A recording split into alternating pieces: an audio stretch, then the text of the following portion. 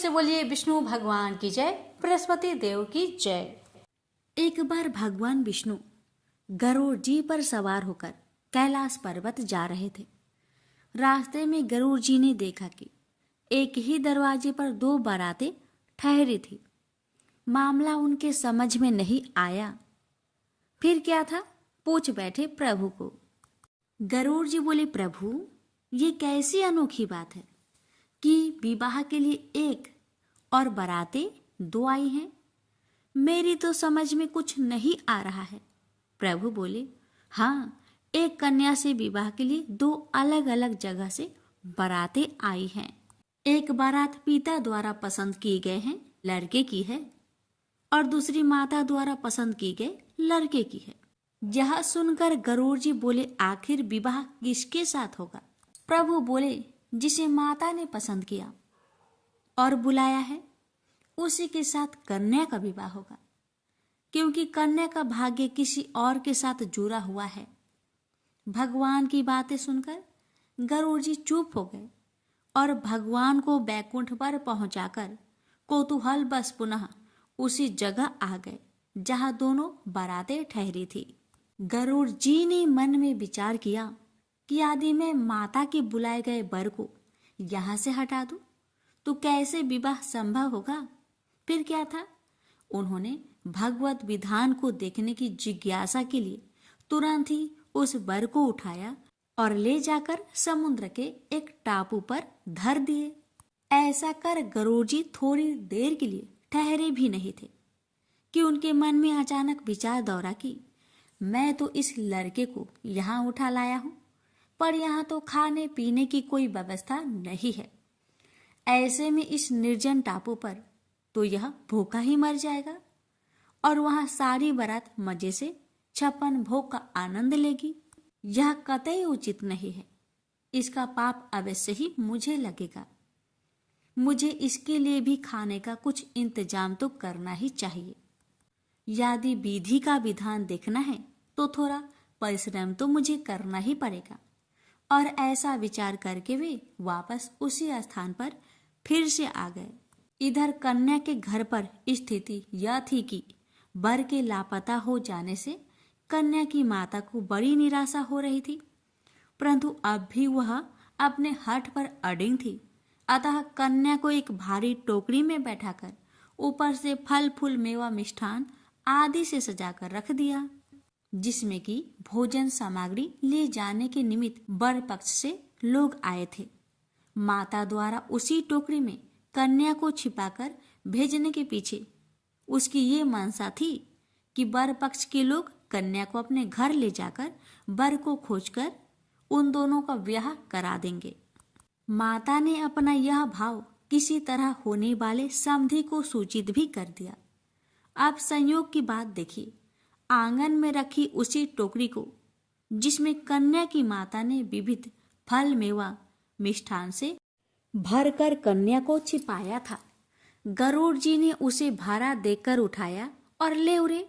उस टोकरी को ले जाकर गरुड़ जी ने उसी निर्जन टापू पर, जहां पहले से ही वर को उठा ले जाकर उन्होंने रखा था, वर के सामने रख दिया। इधर भूख के मारे व्याकुल हो रहे वर ने जैसे ही अपने सामने भोज्य सामग्रियों से भरी टोकरी को देखा तो उसने टोकरी से जैसे ही खाने के लिए फल आदि निकालना शुरू किया तो देखा कि उसमें 16 श्रृंगार की वह युवती बैठी है जिससे कि उनका विवाह होना था। गरुड़ जी यह सब देखकर तंग रह गए। उन्हें निश्चय हो गया कि हरि इच्छा बलवान है, राम किन्हे चाहे सोई हुई, करे अन्यथा आस नाही कोई। फिर तो शुभ मुहूर्त विचार कर स्वयं गरुड़ जी ने ही पुरोहिताई का कर्तव्य निभाया। वेद मंत्रों से विधि पूर्वक विवाह कार्य संपन्न कराकर वर वधू को आशीर्वाद दिया और उन्हें पुनः उनके घर पहुंचाया।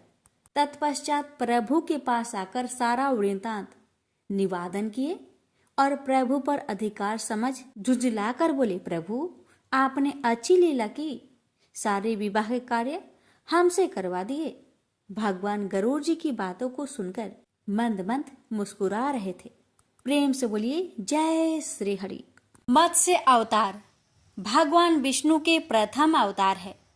मछली के रूप में अवतार लेकर भगवान विष्णु ने एक ऋषि को सब प्रकार के जीव जंतु एकत्रित करने के लिए कहा और पृथ्वी जब जल में डूब रही थी तब मत्स्य अवतार में भगवान ने उस ऋषि की नाव की रक्षा की। इसके पश्चात ब्रह्मा ने पुनः जीवन का निर्माण किया। एक दूसरी मान्यता के अनुसार एक राक्षस ने जब वेदों को चुराकर सागर की अथाह गहराई में छुपा दिया तब भगवान विष्णु ने मत्स्य रूप धारण करके वेदों को प्राप्त किया और उन्हें पुनः स्थापित किया। एक बार ब्रह्मा जी की असावधानी के कारण एक बहुत बड़े दैत्य ने वेदों को चुरा लिया। उस दैत्य के नाम हायग्रीव था। वेदों को चुरा लिए जाने के कारण ज्ञान लुप्त हो गया। चारों ओर अज्ञानता का अंधकार फैल गया और पाप तथा अधर्म का बोलबाला हो गया। तब भगवान विष्णु ने धर्म की रक्षा के लिए मत्स्य रूप धारण करके हायग्रीव का वध किया और वेदों की रक्षा की। कल्पांत के पूर्व एक पुण्यात्मा राजा तप कर रहा था। उसका नाम सत्यव्रत था। सत्यव्रत पुण्य आत्मा तो था ही, बड़े उदार हृदय का भी था। प्रभात का समय था, सूर्योदय हो चुका था। सत्यव्रत कृतमाला नदी में स्नान कर रहा था। उसने स्नान करने के पश्चात जब तर्पण के लिए अंजलि में जल लिया तो अंजलि में जल के साथ एक छोटी सी मछली भी आ गई। सत्यव्रत ने मछली को नदी के जल में छोड़ दिया। मछली बोली, राजन, जल के बड़े बड़े जीव छोटे छोटे जीवों को मारकर खा जाते हैं। अब से कोई बड़ा जीव मुझे भी मारकर खा जाएगा। कृपा करके मेरे प्राण की रक्षा कीजिए। सत्यव्रत के हृदय में दया उत्पन्न हो उठी। उसने मछली को जल से भरे हुए अपने कमंडलों में डाल लिया। तभी एक आश्चर्यजनक घटना घटी। एक रात में मछली का शरीर इतना बढ़ गया कि कमंडलू उसके रहने के लिए छोटा पड़ने लगा। दूसरे दिन मछली सत्यव्रत से बोली, राजन, मेरे रहने के लिए कोई दूसरा स्थान ढूंढिए, क्योंकि मेरा शरीर बढ़ गया है। मुझे घूमने फिरने में बड़ा कष्ट होता है। सत्यव्रत ने मछली को कमंडलू से निकालकर पानी से भरे हुए मटके में रख दिया।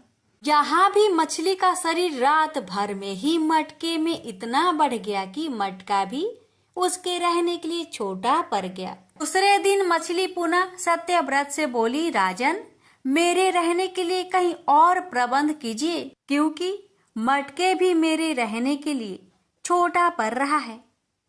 तब सत्यव्रत ने मछली को निकालकर एक सरोवर में डाल दिया, किंतु सरोवर भी मछली के लिए छोटा पड़ गया। इसके बाद सत्यव्रत ने मछली को नदी और फिर उसके बाद समुद्र में डाल दिया। आश्चर्य! समुद्र में भी मछली का शरीर इतना अधिक बढ़ गया कि मछली के रहने के लिए वह छोटा पड़ गया। अतः मछली पुनः सत्यव्रत से बोली, राजन, यह समुद्र भी मेरे रहने के लिए उपयुक्त नहीं है। मेरे रहने की व्यवस्था कहीं और कीजिए। अब सत्यव्रत विस्मित हो उठा। उसने आज तक ऐसी मछली कभी नहीं देखी थी। वह विस्मय भरे स्वर में बोला, मेरी बुद्धि को विस्मय के सागर में डुबो देने वाले आप कौन हैं? मत्स्य रूपधारी श्री हरि ने उत्तर दिया, राजन, हायग्रीव नामक दैत्य ने वेदों को चुरा लिया है। जगत में चारों ओर अज्ञान और अधर्म का अंधकार फैला हुआ है। मैंने हायग्रीव को मारने के लिए ही मत्स्य का रूप धारण किया है। आज से 7वें दिन पृथ्वी प्रलय के चक्र में फिर जाएगी। समुद्र उमड़ उठेगा, भयानक वृष्टि होगी, सारी पृथ्वी पानी में डूब जाएगी। जल के अतिरिक्त कहीं कुछ भी दृष्टिगोचर नहीं होगा। आपके पास एक नाव पहुंचेगी। आप सभी अनाजों और औषधियों के बीज को लेकर सप्तऋषियों के साथ नाव पर बैठ जाइएगा। मैं उसी समय आपको पुनः दिखाई पड़ूंगा और आपको आत्म तत्व का ज्ञान प्रदान करूंगा। सत्यव्रत उसी दिन से श्री हरि का स्मरण करते हुए प्रलय की प्रतीक्षा करने लगे। 7वें दिन प्रलय का दृश्य उपस्थित हो उठा। समुद्र भी उमड़कर अपनी सीमाओं से बाहर बहने लगा। भयानक वृष्टि होने लगी। थोड़ी ही देर में सारी पृथ्वी जल ही जल हो गया। संपूर्ण पृथ्वी जल में समा गई। तभी उसी समय एक नाव दिखाई पड़ी। सत्यव्रत 7 ऋषियों के साथ उस नाव पर बैठ गए। उन्होंने नाव के ऊपर संपूर्ण अनाजों और औषधियों के बीज भी भर लिए। नाव प्रलय के सागर में तैरने लगी। प्रलय के उस सागर में उस नाव के अतिरिक्त कहीं भी कुछ भी नहीं दिखाई दे रहा था। सत्यव्रत का जीवन धन्य हो उठा। वे जीते जी ही जीवन मुक्त हो गए। प्रलय का प्रकोप शांत होने पर मत्स्य रूपी भगवान ने हयग्रीव को मारकर उससे वेद छीन लिए। भगवान ने ब्रह्मा जी को पुनः वेद दे दिए। इस प्रकार भगवान ने मत्स्य रूप धारण करके वेदों का उद्धार तो किया ही, साथ ही संसार के प्राणियों का भी अमिट कल्याण किया। प्रेम से बोलिए जय श्री हरि। प्राचीन काल की बात है। किसी राज्य में एक बड़ा प्रतापी और दानी राजा राज्य करता था। वह हर गुरुवार को व्रत रखकर दीन दुखियों की मदद करके पुण्य प्राप्त करता था। परंतु ये बात उसकी रानी को अच्छी नहीं लगती थी। वह न तो व्रत करती थी और न ही दान पुण्य में विश्वास रखती थी। इतना ही नहीं, वह राजा को भी ऐसा करने से मना करती थी। एक समय की बात है। राजा शिकार खेलने के लिए वन में गए। घर पर रानी और दासी थी। उसी समय गुरु बृहस्पति देव साधु का रूप धारण कर राजा के दरवाजे पर भिक्षा मांगने आए। साधु ने जब रानी से भिक्षा मांगी तो वह कहने लगी, हे साधु महाराज, मैं इस दान और पुण्य से तंग आ गई हूँ। आप कोई ऐसा उपाय बताएं जिससे कि सारा धन नष्ट हो जाए और मैं आराम से रह सकूं। इतना सुनकर बृहस्पति देव ने कहा, हे देवी, तुम बड़ी विचित्र हो। संतान और धन से कोई दुखी होता है? अगर अधिक धन है तो उसे शुभ कार्यों में लगाओ। कुंवारी कन्याओं का विवाह कराओ। विद्यालय और बाग बगीचे का निर्माण कराओ, जिससे तुम्हारे दोनों लोग सुधरे।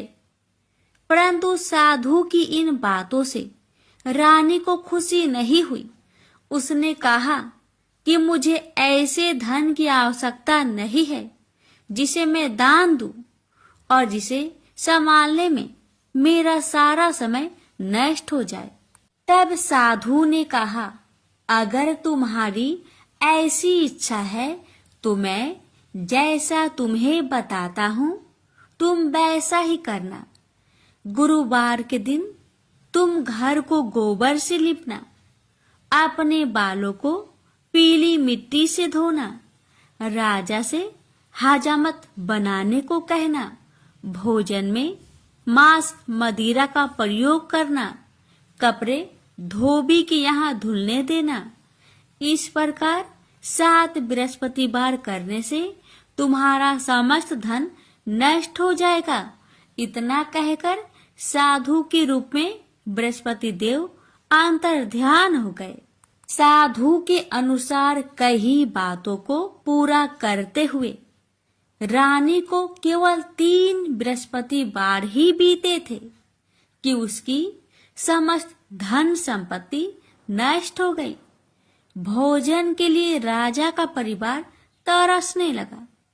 तब एक दिन राजा ने रानी से बोला कि हे रानी, तुम यहीं रहो, मैं दूसरे देश को जाता हूँ, क्योंकि यहाँ पर सभी लोग मुझे जानते हैं, इसलिए मैं कोई छोटा कार्य नहीं कर सकता। ऐसा कहकर राजा दूसरे देश चला गया। वहां वह जंगल से लकड़ी काट कर लाता और शहर में बेचता। इस तरह वह अपना जीवन व्यतीत करने लगा। इधर राजा के परदेश जाते ही रानी और दासी दुखी रहने लगी। एक बार जब रानी और दासी को 7 दिन तक बिना भोजन के रहना पड़ा, तो रानी ने अपनी दासी से कहा, हे दासी, पासी के नगर में मेरी बहन रहती है। वह बड़ी धनवान है, तो उसके पास जा और कुछ ले आ, ताकि थोड़ी बहुत गुजर बसर हो जाए। दासी रानी की बहन के पास गई।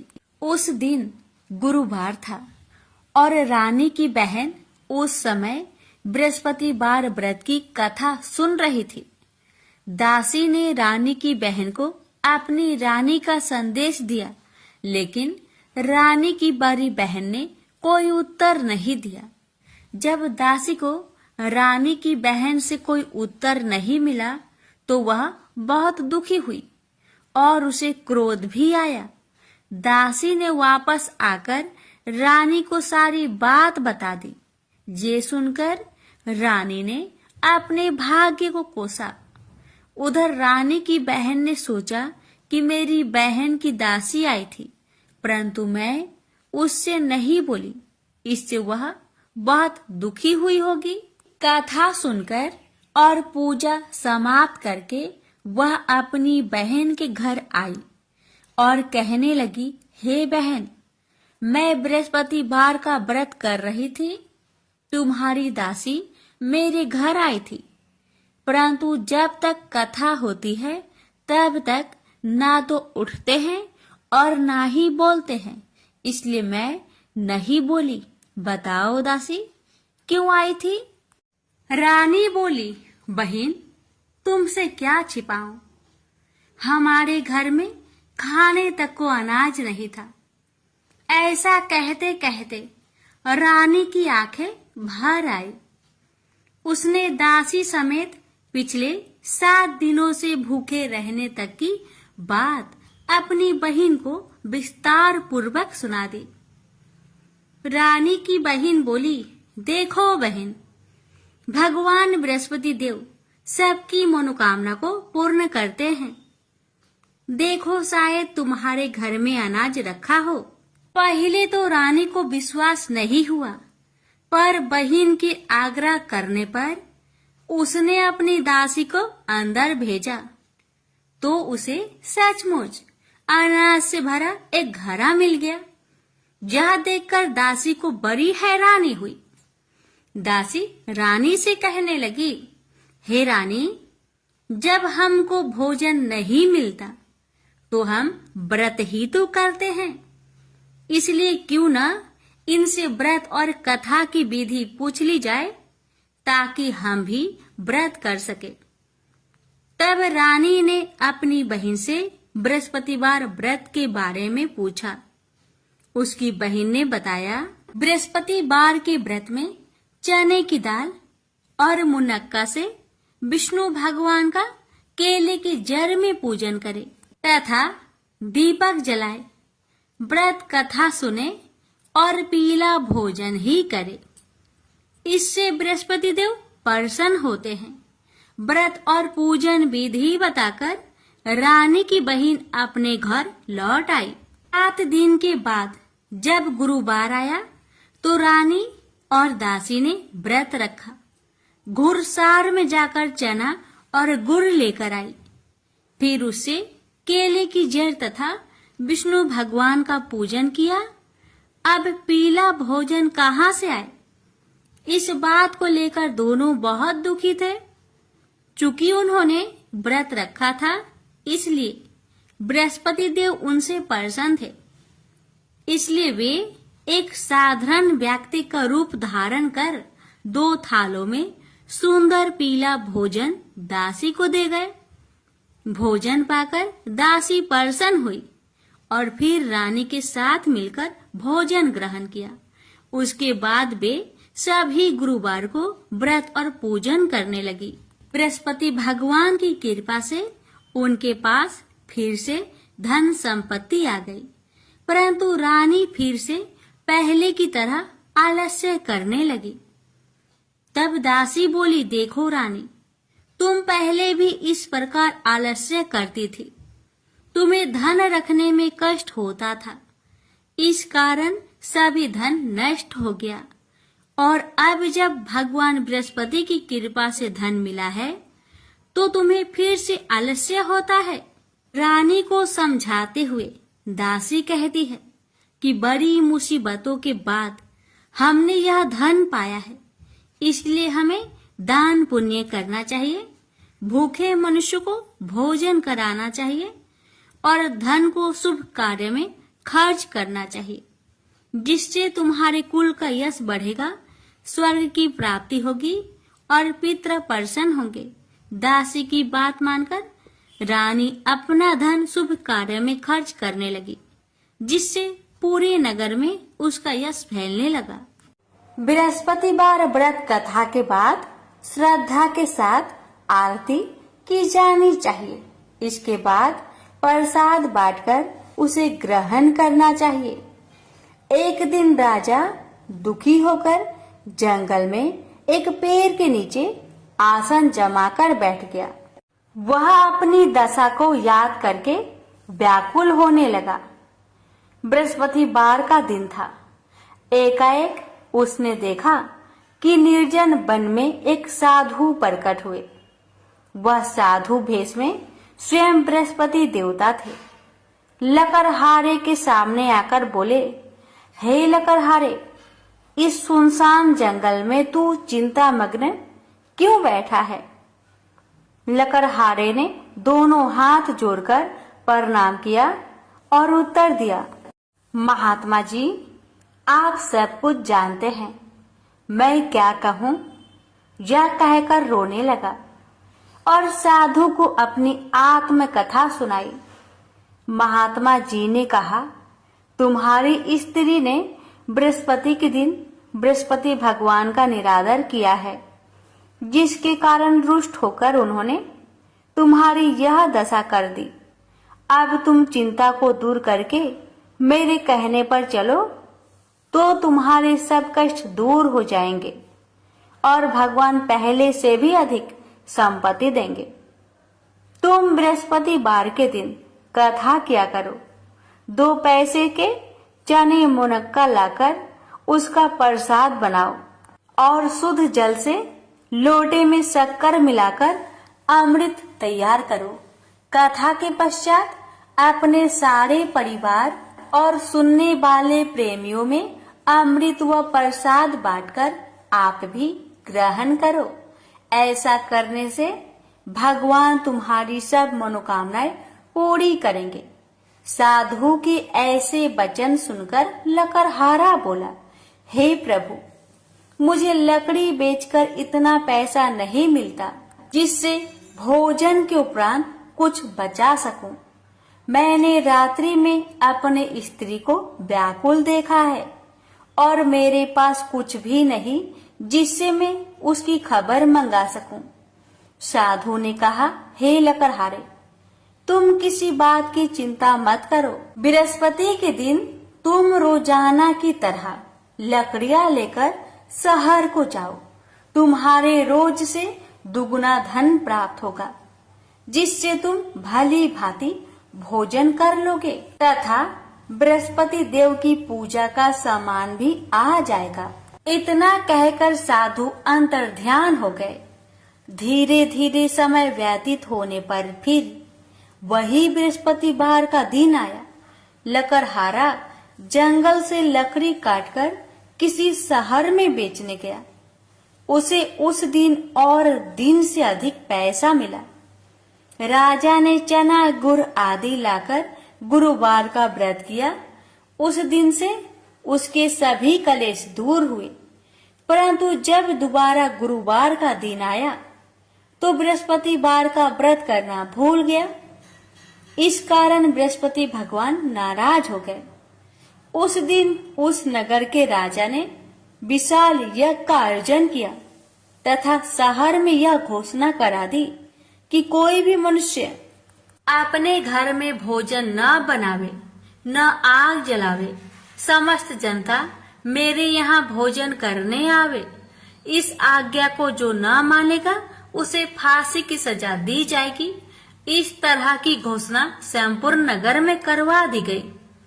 राजा की आज्ञा अनुसार शहर के सभी लोग भोजन करने गए, लेकिन लकड़हारा कुछ देर से पहुंचा, इसलिए राजा उसको अपने साथ घर लिवा ले गए और ले जाकर भोजन करा रहे थे। तो रानी की दृष्टि उस खूंटी पर पड़ी जिस पर उसका हार लटका हुआ था। वह वहां पर दिखाई नहीं दिया।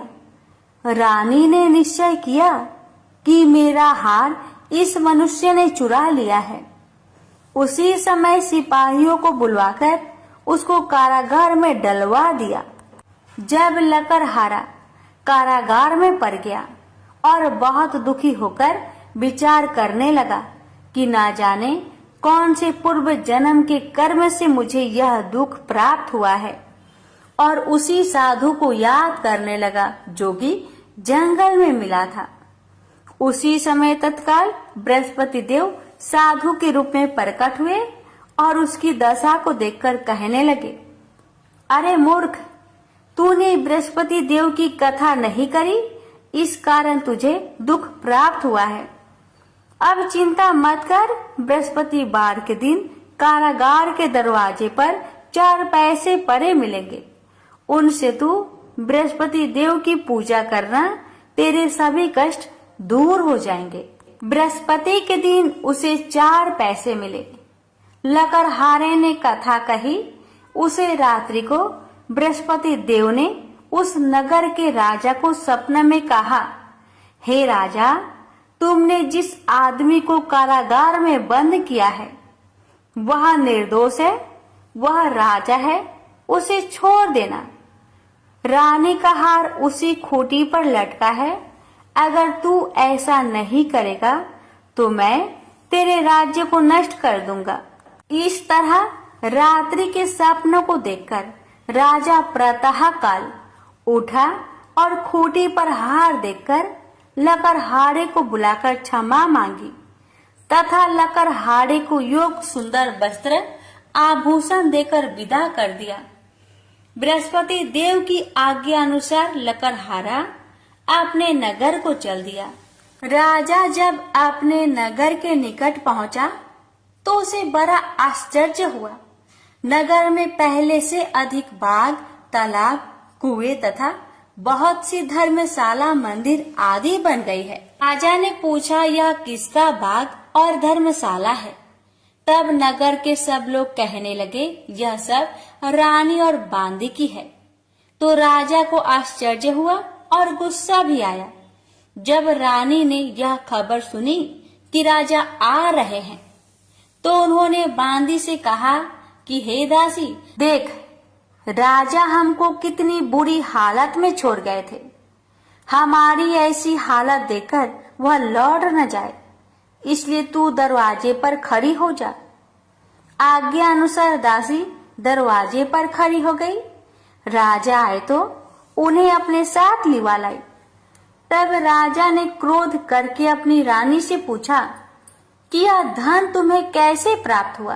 तब उन्होंने कहा, हमें यह सब धन बृहस्पति देव के इस व्रत के प्रभाव से प्राप्त हुआ है। राजा ने निश्चय किया कि 7 रोज बाद तो सभी बृहस्पति देव का पूजन करते हैं, परंतु मैं प्रतिदिन दिन में 3 बार कहानी तथा रोज व्रत किया करूंगा। अब हर समय राजा ने दुपट्टे में चने की दाल बांधी रहती तथा दिन में 3 बार कहानी कहता। एक रोज राजा ने विचार किया कि चलो अपनी बहन के यहाँ हो आवे। इस तरह निश्चय कर राजा घोड़े पर सवार हो अपनी बहन के यहाँ को चलने लगा। मार्ग में उसने देखा कि कुछ आदमी एक मुर्दे को लिए जा रहे हैं। उन्हें रोककर राजा कहने लगा, अरे भाइयों, मेरी बृहस्पति देव की कथा सुन लो। वे बोले, लो, हमारा तो आदमी मर गया है, इसको अपनी कथा की परी है। परंतु कुछ आदमी बोले, अच्छा कहो, हम तुम्हारी कथा भी सुनेंगे।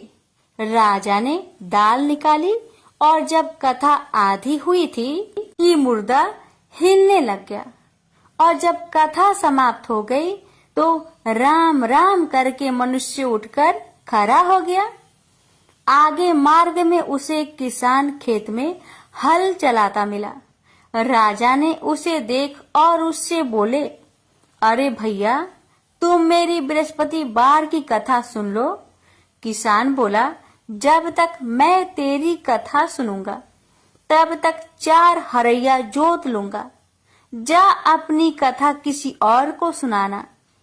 इस तरह राजा आगे चलने लगा। राजा के हंसते ही बैल पछाड़ खाकर गिर गए तथा किसान के पेट में बड़ी जोर का दर्द होने लगा। उस समय उसकी माँ रोटी लेकर आई। उसने जब यह देखा तो अपने पुत्र से सब हाल पूछा और बेटे ने भी सभी हाल कह दिया। तो बुढ़िया दौड़ी दौड़ी उस घोड़ सवार के पास गई और उससे बोली कि मैं तेरी कथा सुनूंगी, तू अपनी कथा मेरे खेत पर चलकर ही कहना। राजा ने बुढ़िया के खेत पर जाकर कथा कही। इसके सुनते ही वह बैल उठ खड़ा हुई तथा किसान के पेट का दर्द भी बंद हो गया। राजा अपनी बहन के घर पहुंचा। बहन ने भाई की खूब मेहमानी की। दूसरे रोज प्रातःकाल राजा जागा तो वह देखने लगा कि सब लोग भोजन कर रहे हैं। राजा ने अपनी बहन से कहा, ऐसा कोई मनुष्य है जिसने भोजन नहीं किया हो? मेरी बृहस्पतिवार की कथा सुन ले। बहन बोली, हे भैया, यह देश ऐसा ही है कि पहले यहाँ लोग भोजन करते हैं, बाद में अन्य काम करते हैं। अगर कोई पड़ोस में हो तो देख आऊं। वह ऐसा कहकर देखने चली गई, परंतु उसे कोई ऐसा व्यक्ति नहीं मिला जिसने भोजन न किया हो। अतः वह एक कुम्हार के घर गई जिसका लड़का बीमार था। उसे मालूम हुआ कि उनके यहाँ 3 रोज से किसी ने भोजन नहीं किया है। रानी ने अपने भाई की कथा सुनने के लिए कुम्हार से कहा। वह तैयार हो गया। राजा ने जाकर बृहस्पतिवार की कथा कही, जिसको सुनकर उसका लड़का ठीक हो गया। अब तो राजा की प्रशंसा होने लगी। एक रोज राजा ने अपनी बहन से कहा कि हे बहन, हम अपने घर को जाएंगे, तुम भी तैयार हो जाओ। राजा की बहन ने अपनी सास से कहा। सास ने कहा, हाँ चली जा, परंतु अपने लड़कों को मत ले जाना, क्योंकि तेरे भाई के कोई औलाद नहीं है। बहन ने अपने भैया से कहा, हे भैया, मैं तो चलूंगी पर कोई बालक नहीं जाएगा। राजा बोला, जब कोई बालक नहीं चलेगा तब तुम ही क्या करोगी? बड़े दुखी मन से राजा अपने नगर को लौट आया। राजा ने अपनी रानी से कहा, हम निरवंशी है, हमारा मुंह देखने का धर्म नहीं है और कुछ भोजन आदि नहीं किया। रानी बोली, हे प्रभु, बृहस्पति देव ने हमें सब कुछ दिया है, वह हमें औलाद अवश्य देंगे। उसी रात को बृहस्पति देव ने राजा से सपने में कहा, हे राजा, उठ, सभी सोच त्याग दे, तेरी रानी गर्भ से है। राजा को यह बात सुनकर बड़ी खुशी हुई। 9वें महीने में उसके गर्भ से एक सुंदर पुत्र पैदा हुआ। तब राजा बोला, हे रानी, स्त्री बिना भोजन के रह सकती है, पर बिना कहे नहीं रह सकती। जब मेरी बहन आवे तुम उससे कुछ मत कहना। रानी ने सुनकर हाँ कर दिया। जब राजा की बहन ने यह शुभ समाचार सुना तो वह बहुत खुश हुई तथा बधाई लेकर अपने भाई के यहाँ आई। तभी रानी ने कहा, घोड़ा चढ़कर तो नहीं आई, गधा चढ़ी आई। राजा की बहन बोली, भाभी, मैं इस प्रकार न कहती तो तुम्हें औलाद कैसे मिलती? बृहस्पति देव ऐसे ही हैं, ऐसी जिसके मन में कामनाएं हैं सभी को पूर्ण करते हैं, जो सदा भावना पूर्वक बृहस्पतिवार का व्रत करता है एवं कथा पढ़ता अथवा सुनता है, दूसरों को सुनाता है, बृहस्पति देव उसकी सभी मनोकामना पूर्ण करते हैं। तो प्रेम से बोलिए बृहस्पति भगवान की जय हो। सुनिए समस्त मनोकामना को पूर्ण करने वाली विष्णु सहस्त्र नाम पाठ। विष्णु सहस्त्र नाम स्रोत का उल्लेख महाभारत के अनुशासन पर्व में मिलता है। जब भीष्म पितामह मृत्यु शैया पर लेटे होते हैं, तब श्री कृष्ण की आज्ञा पर युधिष्ठिर उनसे उपदेश प्राप्त करते हैं। तो पितामह भगवान विष्णु के दिव्य 1000 नामों से युक्त इस कल्याणकारी स्रोत का उपदेश करते हैं। विष्णु सहस्त्र नाम का पाठ पढ़ने अथवा सुनने से समस्त मनोकामना पूर्ण हो जाती है। घर में धन्य धान्य सुख संपदा बनी रहती है। यदि आप विष्णु सहस्त्र नाम स्रोत यानी श्री हरि के 1000 नामों और उनकी महिमा को पढ़ने में असमर्थ है, तो मात्र एक श्लोक से ही इस पाठ का पुण्य प्राप्त किया जा सकता है। वो श्लोक इस प्रकार है। श्री राम रामेति रामेति रमे रामे मनोरमे सहस्त्र नाम तन्तुल्यम राम नाम वरानने। शिव जी माता पार्वती से कहते हैं कि श्री राम नाम के मुख में विराजमान होने से राम राम इसी 12 अक्षर नाम का जप करो। हे पार्वती, मैं भी इन्हीं मनोरम राम में रमता हूँ। यह राम नाम विष्णु जी के सहस्त्र नाम के तुल्य है। भगवान राम के राम नाम को विष्णु सहस्त्र नाम के तुल्य कहा गया है। इस मंत्र को श्री राम तारक मंत्र भी कहा जाता है और इसका जाप संपूर्ण विष्णु सहस्त्र नाम या भगवान विष्णु के 1000 नामों के जाप के समतुल्य है। यह मंत्र श्री राम रक्षा स्त्रोतम के नाम से भी जाना जाता है। एक बार देवों के देव महादेव जी ने माता पार्वती जी से अपने साथ भोजन करने का अनुरोध किया, तो भगवती ने यह कहकर टाल दिया कि वे अभी विष्णु सहस्त्र नाम का पाठ कर रही है, इसमें कुछ देर लगेगी, तब तक आप प्रतीक्षा करें। भगवान शंकर ने जब पुनः पार्वती जी को बुलाया, तब भी पार्वती जी ने यही उत्तर दिया कि वे विष्णु सहस्त्र नाम के पाठ के पूर्ण होने के बाद ही आ सकेगी।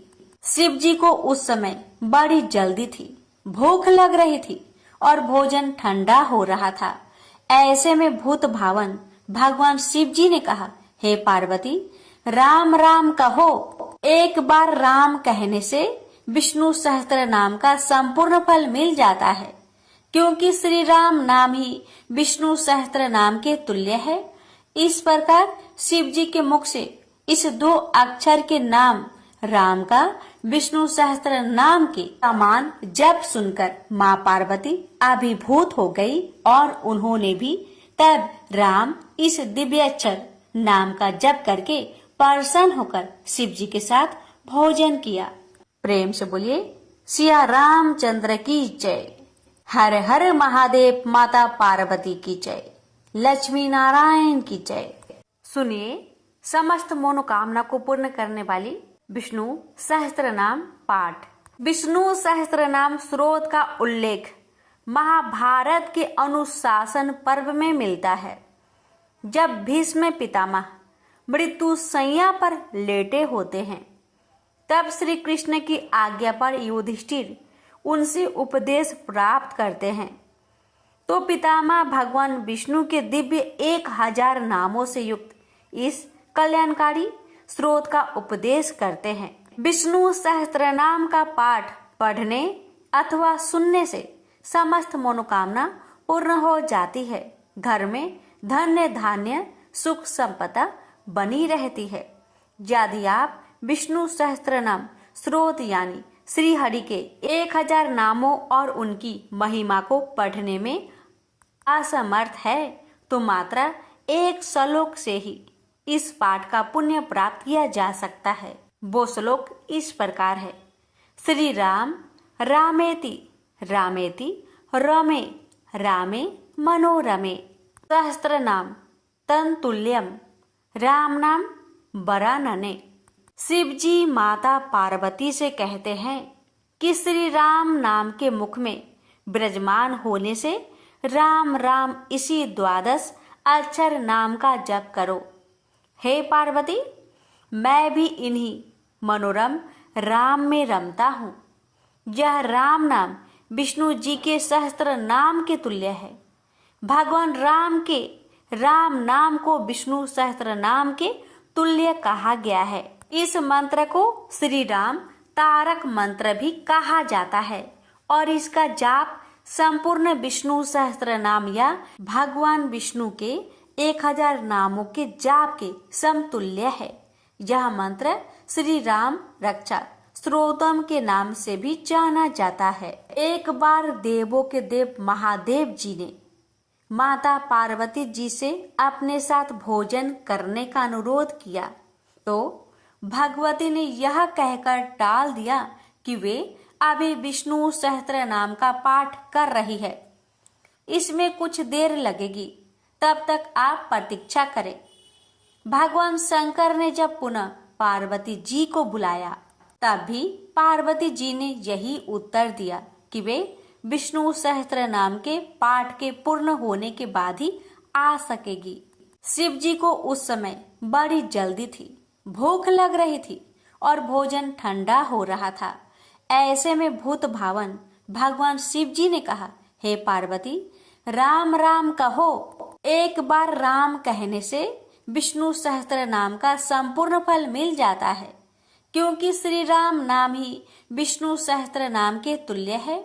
इस प्रकार शिव जी के मुख से इस 2 अक्षर के नाम राम का विष्णु सहस्त्र नाम के समान जप सुनकर माँ पार्वती अभिभूत हो गई और उन्होंने भी तब राम इस दिव्य अक्षर नाम का जप करके प्रसन्न होकर शिव जी के साथ भोजन किया।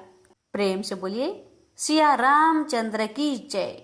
हर हर महादेव। माता पार्वती की जय। लक्ष्मी नारायण की जय।